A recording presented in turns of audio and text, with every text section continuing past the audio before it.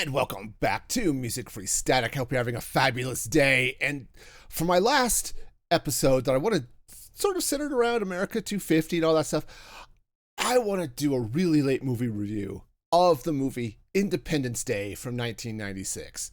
Okay.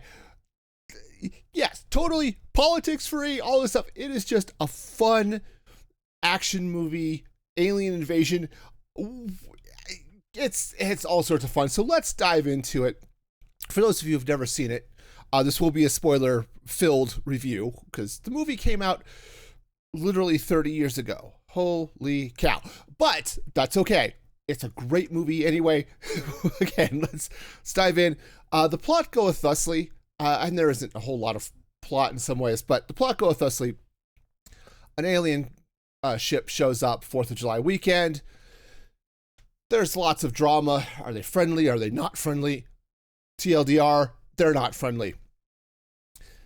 And they show up to start the extermination of humanity. Okay, and as you would expect with any of these types of movies, humanity can do almost nothing, right? Our tech is almost completely useless against it. Our weapons don't do anything against it, right? It's just, they have shields, right? All this stuff. So what is going to happen? How is humanity going to survive? Okay, so what we end up with is a small circle of characters, as you would sort of expect. You've got the president and his staff. You've got David Levinson, played by Jeff Goldblum. Played beautifully by Jeff Goldblum, by the way. But you got David and his father. Now, David is the super genius of the piece. Okay, you kind of need one of those. If you're going to overcome superior technology, you need somebody who can think about how to overcome superior technology. Okay, that's where David comes in. Turns out his ex-wife is, I think, the chief of staff or working very closely with the president. Okay. Now, the other group, I guess there are really, two other groups.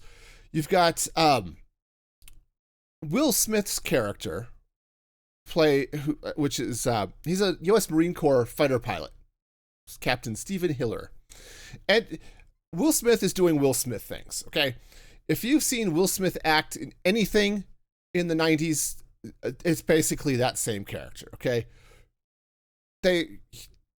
He did not get cast to do anything other than be Will Smith for so many movies. This is one of them. But you've got him, you've got his girlfriend and her son, right? They're out in LA. And he's, being in the military, right? He's our view into what's happening with the military, right? Right, he's on leave until the aliens show up. He goes back to base, and he I guess he's the squadron leader for his group, for his squadron, right? And so you get to see him as his entire squadron is wiped out, including his best friend. It's a thing. Okay,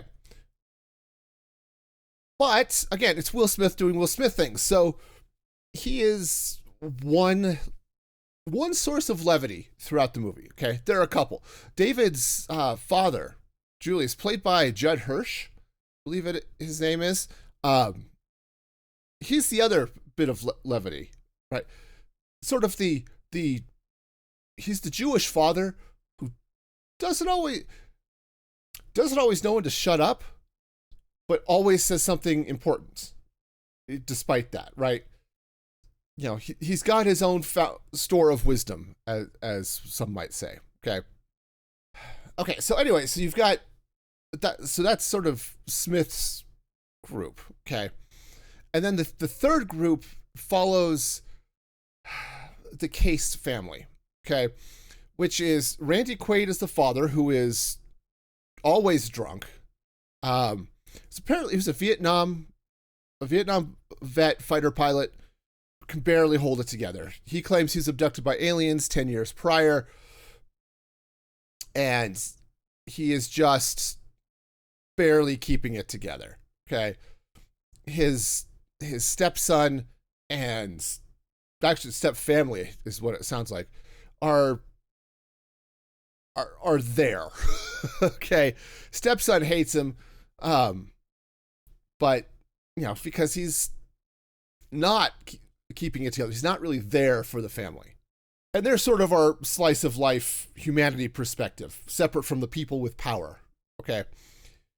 Now let's get into this. We're gonna come back to them because obviously all of these people come together in the end. All right, so let's talk a little bit about what makes this movie so fun. Okay, aside from the fact that lots of things get blown up. Okay, they had an insanely fun amount of time, you can tell, just blowing up world landmarks. Okay, there are 3 city destroyers that show up over the United States, and there are dozens of others that hit places around the world: Paris, London, Moscow, things like that.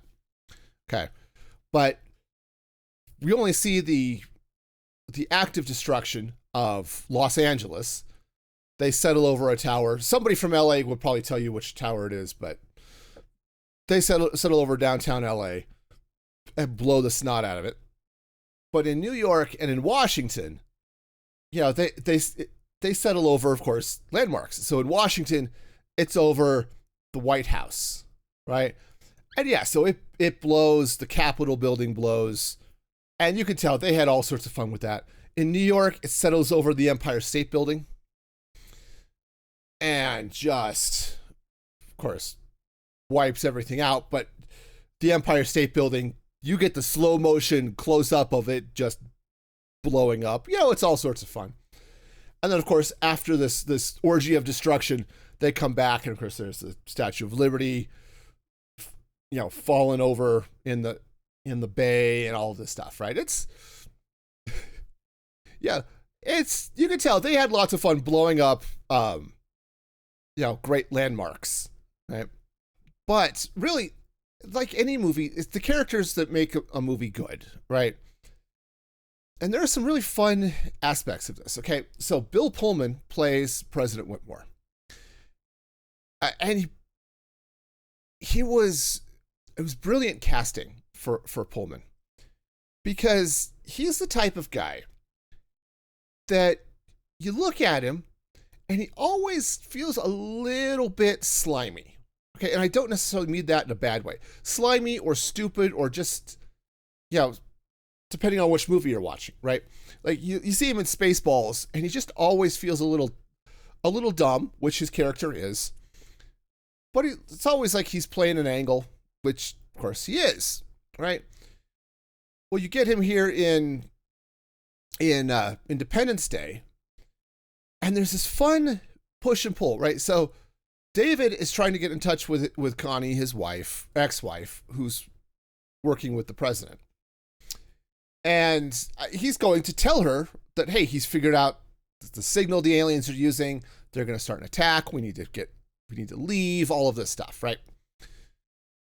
And we know through their conversation that part of the reason they split was because of the president. Okay. He thought they were having an affair. They were not. The president was actually happily married with a daughter. Now, that doesn't necessarily preclude an affair, but that's not what happened here. She just wanted to be part of something special, she put it. It's one of those touching moments. She asks David at one point, didn't you ever want to be part of something special? Like, I was part of something special, referring to their marriage. So, yeah, it was. So it's fun. So you get there and you meet the president, and you're already primed for him to be a little bit sleazy, a little bit, a little bit of a jerk, right? All of this stuff. No, it turns out he's actually a good guy, but because of the way Pullman plays it, you're not quite sure yet, right? So it is really fun to watch that play out, okay? And he does. You've got your regular cast of president's cabinet and advisors, right? You got um, you've got your military people and your Secret Service, or well, not Secret Service. You've got Secretary of Defense, who is a slimy, horrible person, right?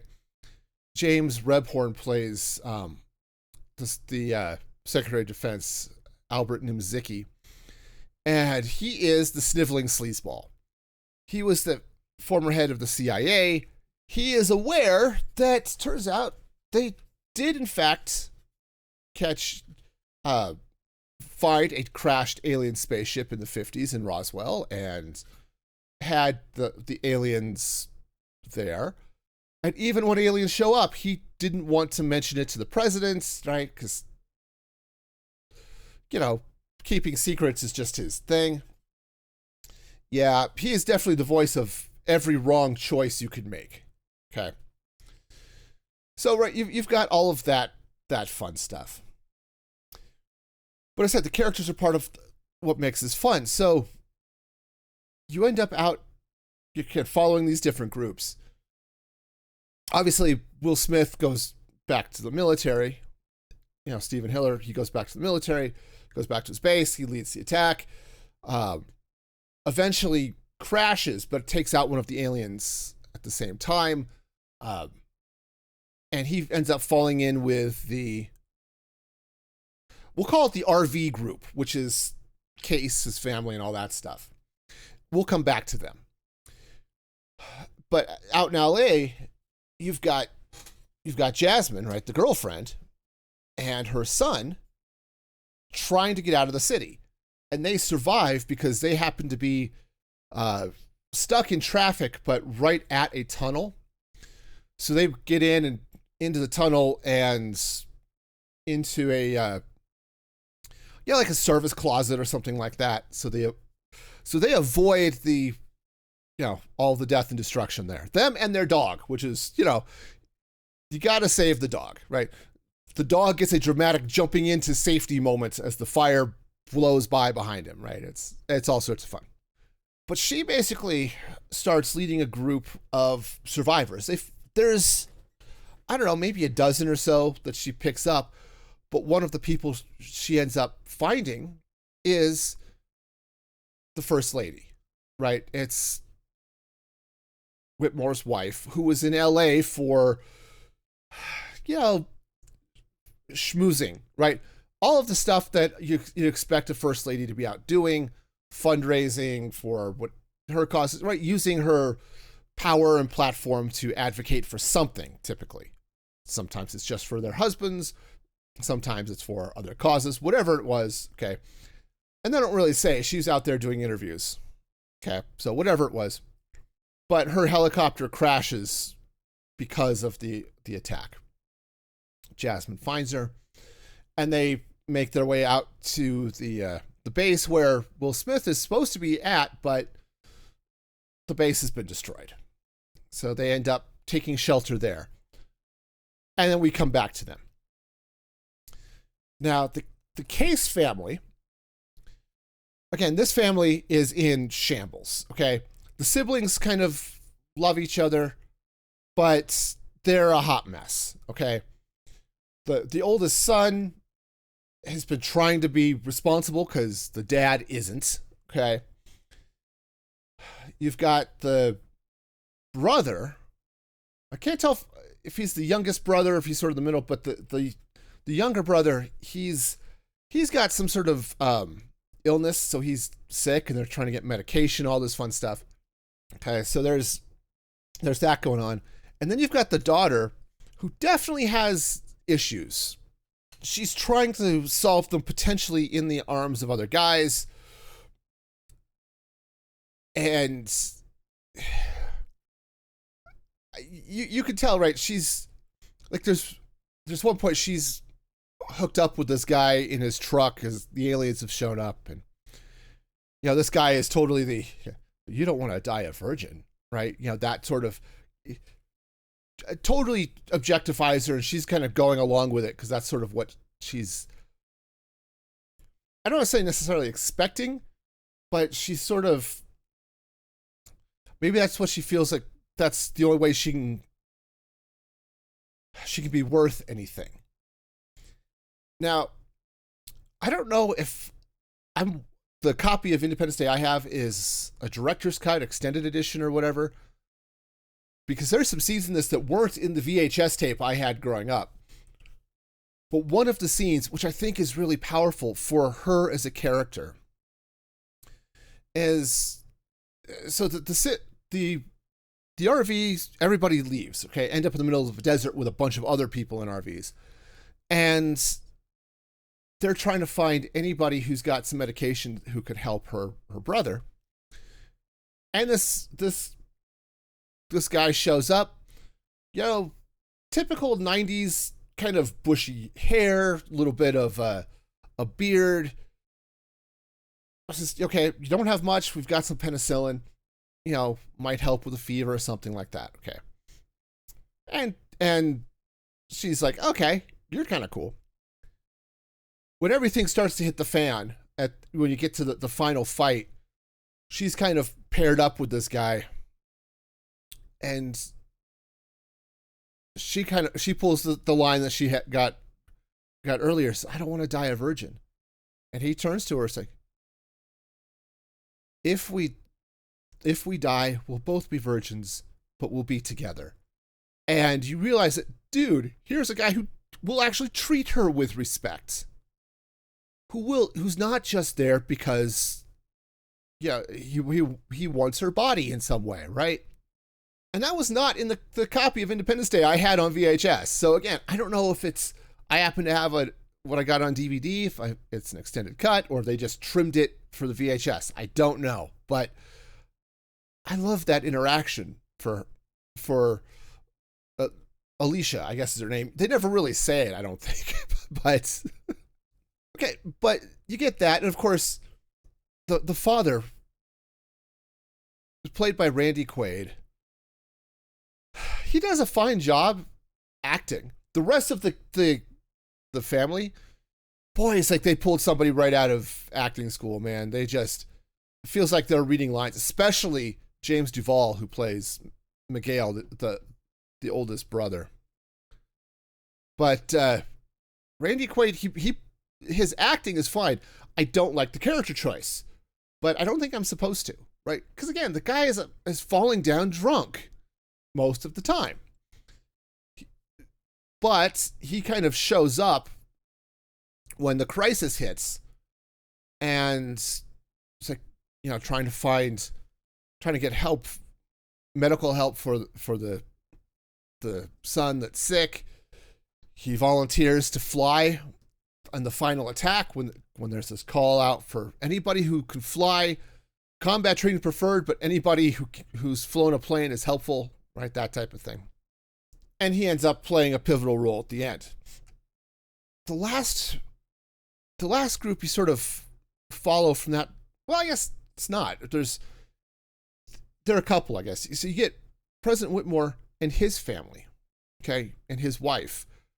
Because you get him, it's like, we don't know if your wife survived. We've lost contact with LA. She shows up alive, but dying, right? They can't stop the bleeding that she's got internally, and she is not going to survive much longer. That relationship between him and his wife and his daughter, it's touching. It is really touching.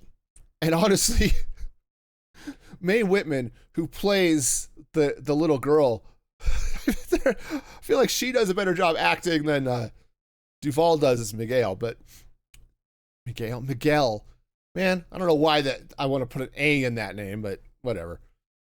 Then the last bit, of course, is you get David and Connie and the father, but mostly David and Connie as they hook back up. Is, one of the comments is, love was never the problem. She never stopped loving David, but she wanted to go, do all the politics, and he was happy working as the satellite technician, basically, for this cable company, satellite TV company, whatever. He didn't his ambition was his family, not his career. Right? So all that fun stuff. All right, so you get all of these characters together. Obviously, they're going to save the day. This is one of those things. They do it for the movie. It has to, of course, it's going to work for the movie. But dude, the tech here just makes me cringe. Okay. So obviously, David is your super genius, right? He figures out there's a signal. He ends up working with a scientist. The lead scientist, played by Brett Spiner, is played very well by Spiner. I have a personal problem. I can't see Brett Spiner as anybody but Data. It's just, I watched a lot of Star Trek in my day, and yeah, but you get David, who figures out how to basically upload a virus into the aliens' computers. Okay.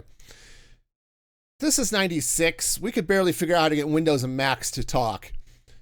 And he manages to take his Mac and figure out how to upload into the alien computer system. Okay. Sure. I'm sure they're using TCP/IP or something. It's universal, right? So aside from that nitpick, and of course they have to do something, right? Because the humans have to win this, right? So how do they do it? Okay, and that's how is they upload they fly into space, and it's David and Steve Hiller, right? Will Smith's character. They fly up into the spaceship and upload the virus. This is a fun pairing. Okay. Aside from, Will Smith and Jeff Goldblum, totally different vibes, but man, it works, the two of them together. And the plan is to fly in, dock, upload the virus. As they start to leave, launch a nuke, and then they've got 30 seconds to get out of there. And then, nuke the mothership from the inside. Okay. Great plan, except. Of course there's an except. They dock, they can't leave. They're trapped. So the C is like, all right, we're not going anywhere. We're just gonna fire this nuke and hope for the best. And so they roll down the window, or actually the window's been opened. And it's not like someone's cranking down the glass. It's like a blast shield or something.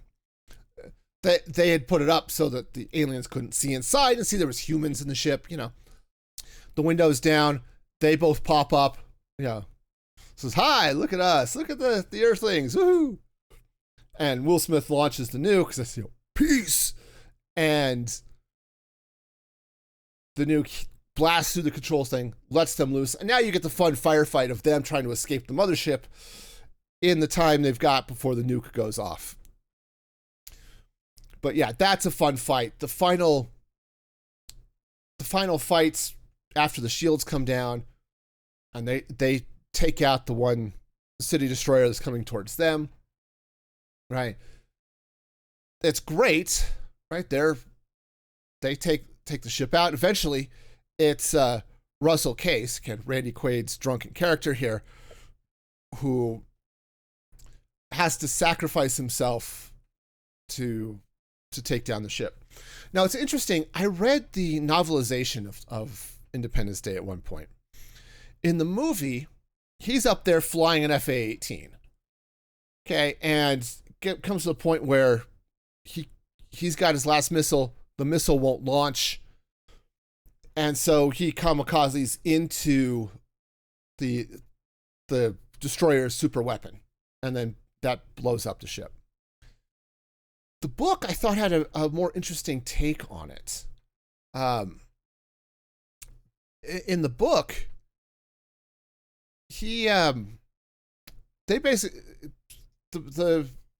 decide he's too drunk to be trusted with an airplane. So they won't let him go up. So in the middle of the battle, he grabs his biplane that he was using to as a crop duster that he was towing behind his RV, and he flies. Same thing. He kamikazes to take out the ship, but he does it just in his biplane. And I thought that was I don't know, more interesting. It was definitely a different take. I liked that take a little bit better in some ways, but regardless, it was fun. Some of the dialogue is cheesy. On the other hand,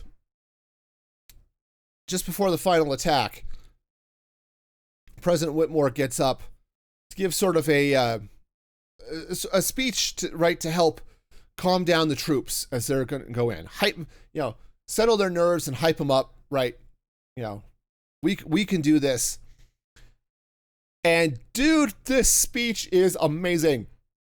And I mean, it's not long, but Pullman just drops this so hard. It is so good. And, it's just, it's sort of ironic, or some that, it's a weird twist of fate that today is the 4th of July. So when they launched their final attack. It's no longer will the 4th of July just be an American holiday. We are fighting not from tyranny or oppression. We're fighting for the right to live. And he goes on a little bit, we will not go quietly into the night. We will not surrender without a fight. And, today we celebrate our Independence Day. And dude, even now I'm sort of like tearing up. It's like, yes, this is so awesome. Strap in and go, man. Oh, it is so good. Honestly, that speech is probably half the reason this movie is liked as well as it is, because it's just so good. But it's fun. All in all, Independence Day, it's a great movie. For those of you concerned about it, there's no nudity. Jasmine is a stripper, which comes up a couple of times. Actually, in the book, it comes up a little bit. I take that back. It does show up in the movie. Steve wants to be an astronaut, but NASA won't hire him. Won't allow him into the astronaut program because, hey, guess what? He's not the epitome of virtue. Why? Because his girlfriend is a stripper. Right? At least that's the theory. It's all dressed up in, I'm sorry, we can't, your services are not required by NASA at this time, right? Those types of things. It comes up in the conversation that Jasmine has with the First Lady. And while you see her on stage once, she still has clothes on. Right, she hasn't progressed that far in the routine. So you don't have to worry about that. Language is surprisingly clean, okay? There's very little in the way of profanity in this movie, which I appreciate, So, yeah, check it out. It's lots of fun. It's certainly a good watch, something to put on while you're out at a barbecue, And let me know what you think, right? If you watch this, you have a favorite line, favorite scene, let me know. Drop it in the comments, here on YouTube or on Spotify. And, let me know because, man, I love talking movies and stuff. So check that out. And until next time, like, subscribe, all that, and be excellent to each other. And this is Music Free Static signing off.